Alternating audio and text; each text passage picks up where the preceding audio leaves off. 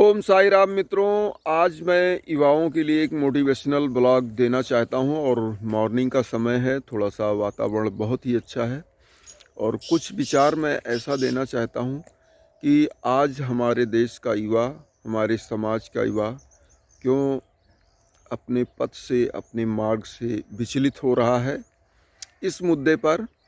और सबसे बड़ी बात है कि आज युवा व्यसन की तरफ, नशे के हर प्रकार की तरफ उनकी प्रवृत्तियां बढ़ रही हैं और जो गलत काम है समाज का वो करने के लिए वो तत्पर हैं। आखिर क्यों? इस पर सभी को विचार करने की ज़रूरत है। और ये विचार मैं इसलिए कह रहा हूँ क्योंकि सबसे बड़ी चीज़ें, घटनाएं ऐसी ऐसी देखने को मिल रही हैं, निरसन हत्याएं। मैं ये वीडियो इसलिए बना रहा हूँ कि अभी कुछ समय पहले हमारे यहाँ सिद्धार्थ नगर डिस्ट्रिक्ट में एक कत्ल हुआ। छोटा सा बच्चा, लगभग 13-14 साल के बच्चे का गला काट के और उन्हीं के उम्र के बच्चों ने मार दिया। आखिर इतना बड़ा कदम वो कैसे उठा ले रहे हैं? उनके अंदर ये प्रवृत्तियाँ कैसे पनप रही हैं? ये सोचने की ज़रूरत है और ये देखने की भी ज़रूरत है कि जो हमारे घर का युवा है, जो किशोरावय में बालक पहुंच रहा है, तो इस किशोरावयता में उसके मित्र कैसे हैं, उसकी संगति कैसी है, वो क्या करते हैं।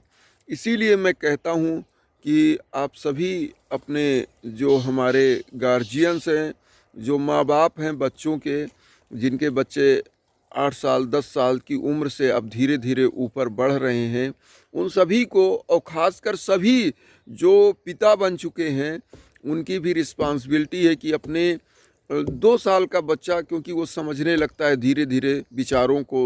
और सबसे बड़ा, देखिए, मैं कहना चाहूँगा कि सबसे बड़ा अंतर क्या होता है, मतलब पशु और मानव में, कि पशु का बच्चा तुरंत नैसर्गिक प्रवृत्ति से पैदा होते ही कूदना और उछलना शुरू कर देता है, खाना शुरू कर देता है।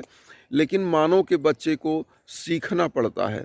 मतलब वो गोद से उसकी पुचकार, उसका लोरी सुन के सोना, फिर धीरे धीरे आपकी विचारों को ग्रहण करना, खिलाना, सिखाना, सब कुछ सीख के वो बड़ा होता है। तो कहने का मतलब होता है, जो भी माँ बाप हैं वो अपने बच्चों को हमेशा सीख दें, शिक्षा दें, विचारों का आदान प्रदान, तालमेल बहुत अच्छा रखें। तो निश्चित रूप से हमारे देश का युवा जो है वो एक ऐसी, जिस तरह से ये फसल लहलहा रही है आपके पीछे, पीला हरा गेहूँ फूट रहा है, इसी तरह से हमारे देश का जो ये फसल है, जो हमारी पीढ़ी है आने वाली, वो भी लहलहाएगी तो देश अपने आप संपन्न होगा। मैं आप लोगों से ये कहना चाहूँगा कि हमारा धरोहर क्या है?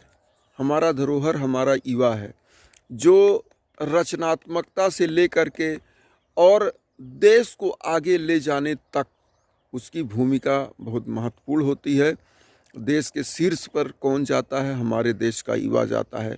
और जिस देश का युवा अगर संपन्न है, बौद्धिकता से परिपूर्ण है, तो वो देश अपने आप विश्व के परिदृश्य पर, विश्व पटल पर उसकी एक अपनी अलग छवि होती है और अपना एक अलग मुकाम होता है। तो कहने का मतलब है, आज हम देखिए, कोई हमको गुरेज नहीं है। अगर हम चाइना से भी सीख लें कि विश्व का सबसे बड़ा जनसंख्या और सबसे बड़ा जो आबादी का देश है चाइना, वो कैसे अपने यहाँ इतना प्रोडक्शन कर रहा है कि एक प्रोडक्ट आप सोचते हैं उसके यहाँ हजारों लाखों प्रोडक्ट, कोई ऐसा आइटम नहीं होगा जो वो बना ना रहा हो, जिसकी नकल ना हो, क्योंकि वहाँ वो अपने युवाओं को हर हाथ को काम दे रहा है।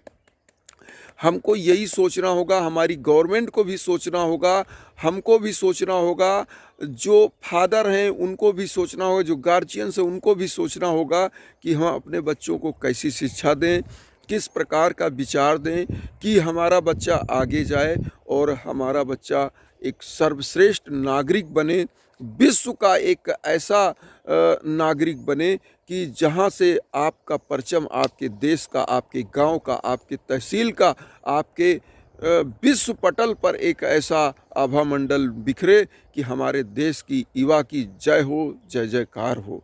यही मैं चाहता हूँ इस मोटिवेशनल ब्लॉग के माध्यम से, क्योंकि किसी शायर ने लिखा है ना कि है वही सूरमा इस जग में जो अपनी राह बनाता है, और कोई चलता है पद चिन्हों पर, कोई पद चिन्ह बनाता है। तो पद चिन्ह बनाने के लिए हम सभी माँ बाप को, समस्त युवाओं को और सभी लोगों से एक होकर के चलना होगा, और जितनी हमारे अंदर गलत प्रवृत्तियां हैं उसको सुधार लाना होगा।